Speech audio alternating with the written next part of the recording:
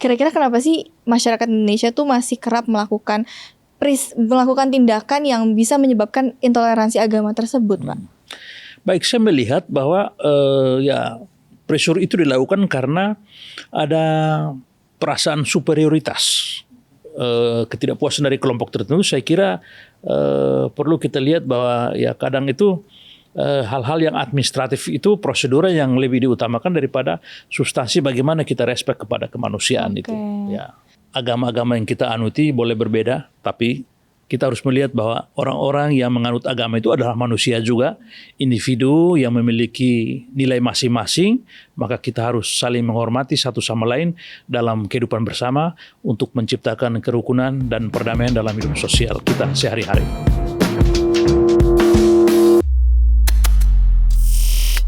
Halo Sobat Sore, selamat datang di podcast Senin Sore, ngobrol sore seru sambil nyantai. Halo semuanya, kembali lagi bersama aku Farah. Dan di episode kali ini kita akan kembali membahas social and legal issue. Lebih tepatnya kita akan kupas tuntas terkait dengan topik intoleransi agama yang terjadi di Indonesia. Nah, untuk membahas hal itu lebih lanjut, tentu aku gak sendiri, sudah bergabung dengan aku di studio Pak Frederikus Vios, dosen filsafat dan karakter building BINUS University. Selamat sore Pak Vios. Selamat sore Mbak Farah. Kabar baik Pak hari ini? Baik sekali. Baik, Oke. Nah Pak Vios, sebenarnya podcast hari ini tuh kita berangkat dari kasus yang akhir-akhir ini baru saja terjadi di Indonesia, yaitu pembubaran dan penyegelan rumah doa setelah ibadah Jumat Agung di Kabupaten Tangerang. Menurut Pak Vios, melihat peristiwa ini seperti apa Pak? Ya, saya kira kasus seperti ini merupakan suatu kasus yang sangat memprihatinkan kita ya, Farah, karena Indonesia negara yang sangat plural dari sisi agama, suku, budaya. Seharusnya muncul semangat inklusivitas, pluralisme itu terasa dalam kehidupan masyarakat. Tapi masih sering terjadi itu adalah penyerangan ya antara kelompok yang tidak puas terhadap kelompok lain yang berbeda keyakinan maupun ideologi keagamaan. Dan ini menunjukkan bahwa kita masih jauh sebetulnya dari suasana toleransi yang ideal yang kita harapkan untuk bisa bertumbuh dan berkembang di Indonesia. Oke, tapi kalau pendapat Pak Vios tadi kan karena melihat realita di lapangan ya Pak, sangat jauh sekali bisa dikatakan kita tuh mencapai kerukunan keagamaan. Tapi kalau kita berdasarkan data nih Pak, data dari indeks kerukunan di Indonesia itu tahun 2025 sangat tinggi, mencapai 77,89%. Tapi ya dengan statement yang tadi Bapak Vios katakan, di lapangan itu berkata lain. Kira-kira menurut Pak Vios ini ada yang salah nggak sih dengan kita melihat kerukunan di Indonesia ini? Karena kan dari data dengan lapangannya itu berbanding terbalik gitu Pak. Ya, menurut saya ini sesuatu yang kontradiktoris ya. Karena di satu sisi faktanya bahwa riset atau kajian menunjukkan indeks kerukunan tinggi, tapi praktek-praktek intoleransi masih terjadi di lapangan. Dan saya kira perlu kita melihat bahwa kerukunan di Indonesia itu bukan hanya soal ketinggian angka, bukan soal persoalan kuantitatif, administratif atau legal, prosedural legal ya, tapi kita harus lihat pada bagaimana menangkap pengalaman praktis yang ada di lingkungan sosial masyarakat itu. Setiap orang atau kelompok orang-orang yang hidup di bumi Indonesia itu bisa bagaimana hidup dalam suasana kenyamanan, kedamaian dalam menjalankan ibadah. Jadi misalnya kalau misalnya angka itu tinggi dalam indeks kerukunan, tapi misalnya satu kasus saja terjadi di Indonesia, itu berarti masih saja ada kelompok yang belum mengalami kenyamanan dalam menjalankan kehidupan beribadah dengan baik di bumi Indonesia. Ya. Oke, tapi kalau kita ngomong karakteristik terpenting dari kerukunan yang bisa dirasakan oleh masyarakat Indonesia itu apa Pak kira-kira? Saya kira kerukunan itu bukan hanya soal kita tidak melempar batu satu sama lain ya dalam rumah-rumah agama kita yang berbeda, tapi saya lebih melihat kerukunan itu sebagai sebuah suasana keharmonisan sosial.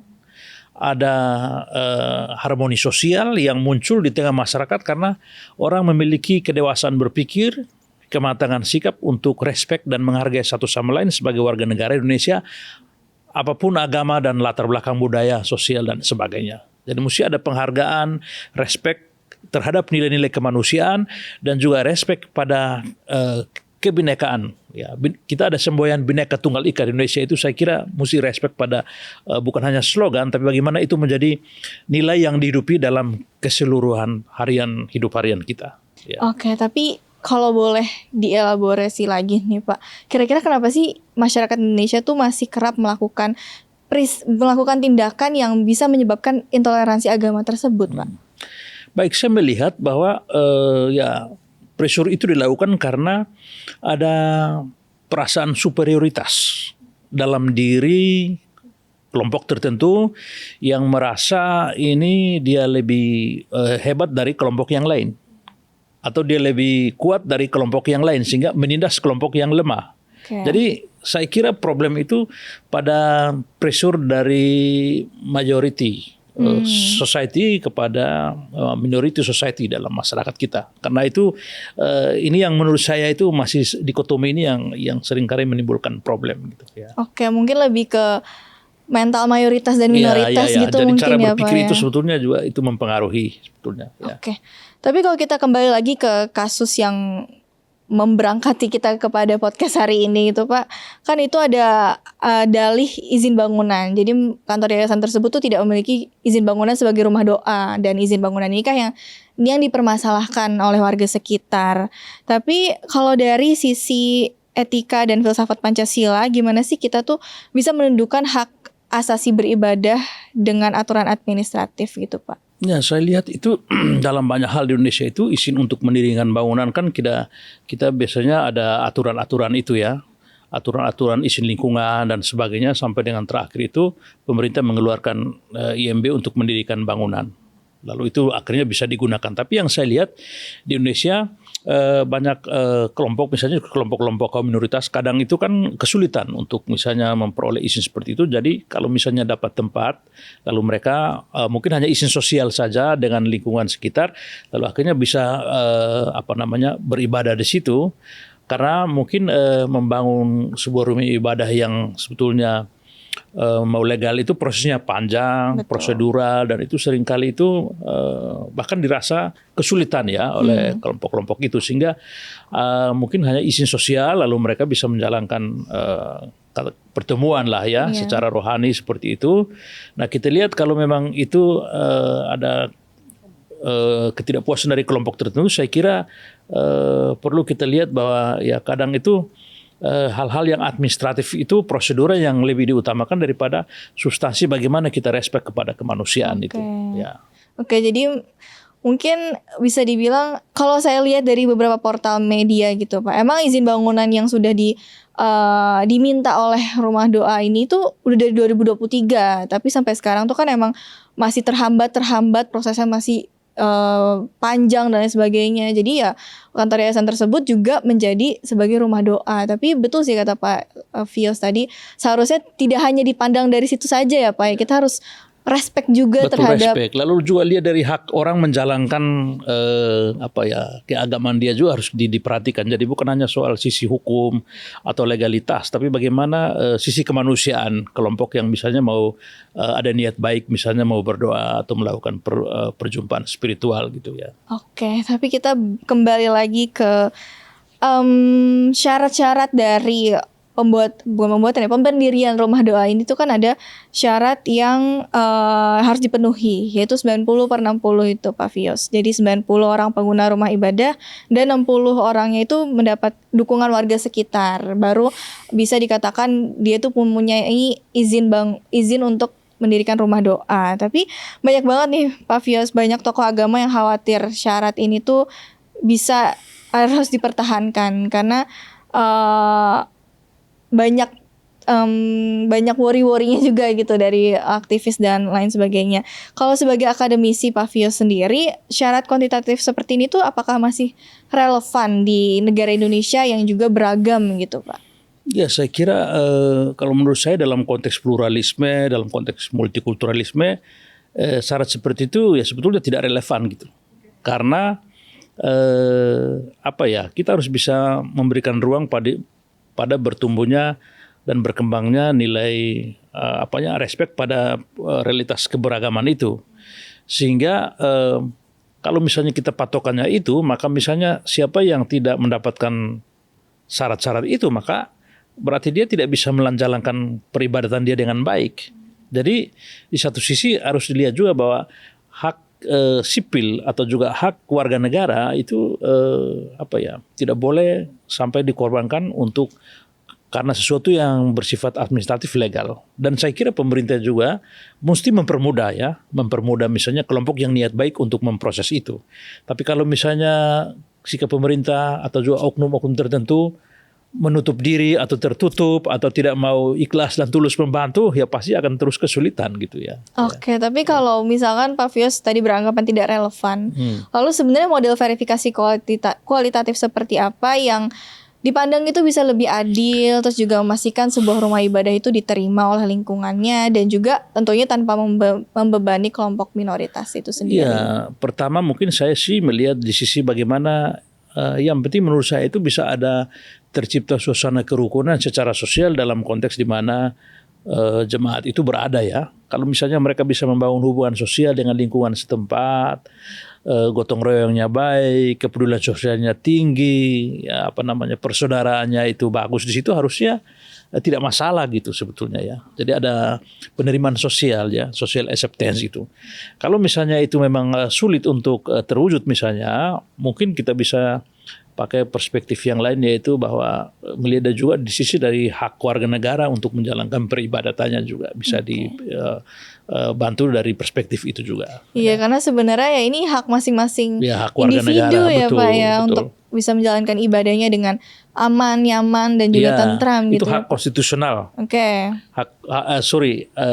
Itu adalah hak warga negara gitu. Nah kalau misalnya pakai aturan itu berarti ya jangan sampai misalnya hak konstitusional ini justru menghalangi hak warga negara itu. Ya. Oke. Nah kalau kita kembali lagi ke undang-undang nih Pak, ada Undang-Undang Nomor 1 PNPS 1965 yang menyatakan adalah sebuah aturan yang beri negara kewenangan untuk mengontrol dan juga menindak ajaran keagamaan yang dianggap menyimpang gitu Pak. Tapi gimana Bapak menilai efektivitas dari undang-undang ini? Karena banyak aktivis yang menyebut undang-undang ini tuh sebagai pasal karet, terus juga sering memojokkan kelompok minoritas. Tapi ya MK tetap mempertahankan undang-undang ini. Gimana Bapak melihat efektivitasnya? Ya mungkin kalau dari segi visi terjauh atau tujuan yang terdalam dari undang-undang itu untuk katakan menjaga ketertiban ya dalam masyarakat yang hidup dalam suasana kerukunan ya. Maksudnya baik ya sebetulnya. Hanya dalam prakteknya perlu hati-hati untuk kita melihat bahwa jangan sampai misalnya peraturan itu justru dipakai sebagai alat untuk menindas kelompok yang lemah, sebagai alat kekuasaan untuk mempressure kelompok minoritas misalnya. Jadi perlu diperhatikan supaya jangan sampai ini mengorbankan kelompok yang memang sebetulnya membutuhkan hal-hal yang berkaitan dengan sarana peribadatan itu. Kalau tidak, ya nanti justru ini dipakai sebagai alat legitimasi untuk mempressure kelompok tertentu dalam masyarakat, dan itu akan menciptakan ketidakadilan sosial. Oke, berarti dalam konteks harus beragama ya. Berarti harus dilihat dari penggunaannya gitu ya Pak ya? Iya betul. Oke, kalau akhir-akhir ini kan Menteri HAM itu juga mengusulkan undang-undang kebebasan beragama. Ini kembali juga karena ada peristiwa yang kita bawa di podcast hari ini gitu Pak. Nah, apakah menurut Bapak undang-undang khusus seperti ini tuh justru bisa memangkas ribuan perda diskriminatif di daerah atau justru sebaliknya gitu Pak? Ya, saya setuju bahwa munculnya undang-undang kebebasan beragama itu saya kira sesuatu yang baik untuk perlindungan terhadap semua kelompok dalam masyarakat. Nah itu tadi saya katakan kita hidup dalam suasana keberagaman budaya, suku, agama, dan mesti ada sebuah payung peraturan pemerintah yang melindungi semua orang dengan hak-hak yang sama supaya kesetaraan itu bisa muncul ya, keadilan, kesetaraan bagi sebuah kelompok dalam masyarakat itu bisa muncul ya. Kalau tidak maka kita akan berhadapan dengan aturan-aturan yang diskriminatif, yang represif kepada kelompok-kelompok tertentu dalam masyarakat gitu ya. Oke. Kalau caranya nih Pak, gimana kita tuh bisa menanamkan nilai inklusivitas kepada masyarakat agar mereka tuh juga tidak terjebak dari eksklusivisme agama gitu Pak? Ya, saya kira kita perlu menanamkan pertama itu nilai etika publik ya. Etika publik artinya kita memiliki keyakinan kita masing-masing sebagai pribadi, tapi ketika kita membangun relasi interaktif keluar, relasi komunikasi keluar, kan kita berhadapan dengan orang lain yang berbeda dengan kita, sehingga perlu kita tahu memiliki paradigma etika publik dalam arti tahu membawakan diri dalam ruang sosial, ruang publik itu harus diperkuat. Berarti ada nilai-nilai kebaikan bersama. Lalu yang berikut itu juga mungkin kita harus menghargai nilai-nilai etika kemanusiaan. Bahwa kita berbeda latar belakang, ya manusia ini sebetulnya kita berbeda suku, agama, ras dan golongan, tapi sebetulnya kita itu satu dalam kemanusiaan. Harusnya nilai-nilai kemanusiaan itu lebih diperkuat. Lalu yang berikut kita perlu juga memperkuat dialog lintas agama.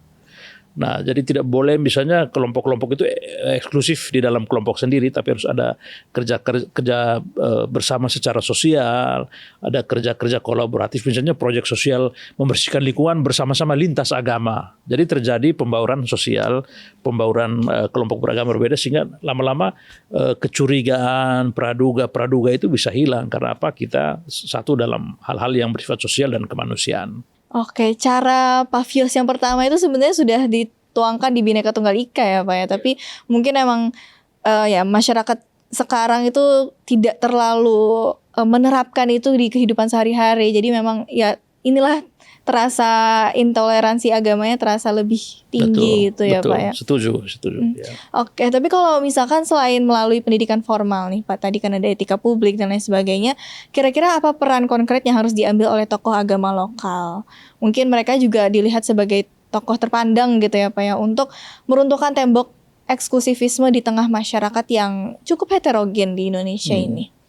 Saya mengharapkan tokoh-tokoh agama kita itu memiliki kematangan berpikir, mereka bijaksana, mereka menjadi suri teladan bagi semua umat ya. Jadi semua tokoh agama itu sebetulnya menjadi barometer untuk bagaimana mereka menciptakan kerukunan dalam hidup bersama. Mereka harus menjadi contoh teladan bukan hanya dalam sikap dan tindakan, tapi juga dalam cara berpikir. Jadi cara berpikir mereka harus inklusif, toleran, supaya dengan demikian mereka bisa memberikan ajaran-ajaran yang baik kepada umat masing-masing, supaya bisa memperkuat nilai-nilai keharmonisan dan kedamaian dalam hidup bersama dengan apa yang mereka pikirkan, rasakan, dan lakukan secara konkret dalam kehidupan mereka sehari-hari. Jadi secara pikiran dan juga dalam sikap dan tindakan harus bisa satu gitu ya. Ada satu kesatuan. Oke, jadi nggak cuman ngomong aja, tapi harus dilakukan juga. Menjadi gitu contoh ya. dan teladan gitu. Oke. Kalau misalkan Pak Pavios nih bisa memberikan satu refleksi tentang Pancasila sila kedua, kemanusiaan yang adil dan beradab dalam konteks kasus persekusi yang baru terjadi ini yang kita bicarakan hari ini, pesan apa yang paling ingin Bapak sampaikan kepada masyarakat Indonesia? Saya merefleksikan bahwa ya agama kita boleh berbeda, keyakinan kita boleh berbeda, tapi kemanusiaan itu menyatukan kita semua. Mestinya agama-agama yang kita anuti boleh berbeda, tapi kita harus melihat bahwa orang-orang yang menganut agama itu adalah manusia juga, individu yang memiliki nilai masing-masing, maka kita harus saling menghormati satu sama lain dalam kehidupan bersama untuk menciptakan kerukunan dan perdamaian dalam hidup sosial kita sehari-hari. Oke, berarti bisa diambil kesimpulan kalau toleransi agama itu juga rasa kemanusiaan kita gitu ya Pak. Toleransi mengadakan rasa kemanusiaan. Iya, tapi nyatanya di lapangan berbanding terbalik. Karena kasus yang kita bawa hari ini tuh salah satu dari sekian banyak kasus yang sudah terjadi di Indonesia gitu ya Pak ya. Tapi kalau kita melihat datanya tadi tuh justru berbanding terbalik. Tapi gimana kita bisa lebih merasakan rasa kemanusiaan ini di lingkungan masyarakat gitu Pak? Ya, saya kira kita harus memperkuat nilai-nilai universal. Nilai-nilai universal, keadilan, kebaikan, apalagi kepedulian sosial. Jadi saya sih lebih banyak perlu kita melakukan karya-karya sosial secara bersama lintas agama. Ada proyek sosial lintas agama yang melibatkan semua orang dan bukan hanya dalam satu kelompok, tapi harus meluas kepada berbagai komponen kebangsaan gitu ya. Pemerintah, masyarakat, tokoh agama, anak muda, ya kan. Komunitas-komunitas lokal di berbagai penjuru dari Sabang sampai Merauke sama-sama melakukan gerakan bersama secara sosial untuk melakukan hal-hal proyek-proyek sosial untuk bisa membawa Indonesia ini lebih damai, lebih sejahtera dan juga lebih rukun dalam kehidupan di masa-masa yang akan datang. Oke, berarti kalau menurut Pak Fios kita bisa menurunkan intoleransi agama ini dengan melakukan dialog lintas agama dan aktivitas lainnya juga lintas agama yang pasti skalanya juga harus besar gitu ya Pak. Jadi Setuju. kita bisa berkolaborasi dan juga bercengkrama dengan yang tidak hanya seagama kita saja, tetapi lintas agama gitu. Setuju. Terima kasih Pak Fios telah datang di podcast Senin Sore. Ya, Dan sama-sama. kalau Sobat Sore punya tanggapan lain terkait dengan topik ini, boleh banget untuk tulis di kolom komentar. Jangan lupa juga untuk like and subscribe YouTube channel podcast Senin Sore. See you on the next episode. Selamat sore.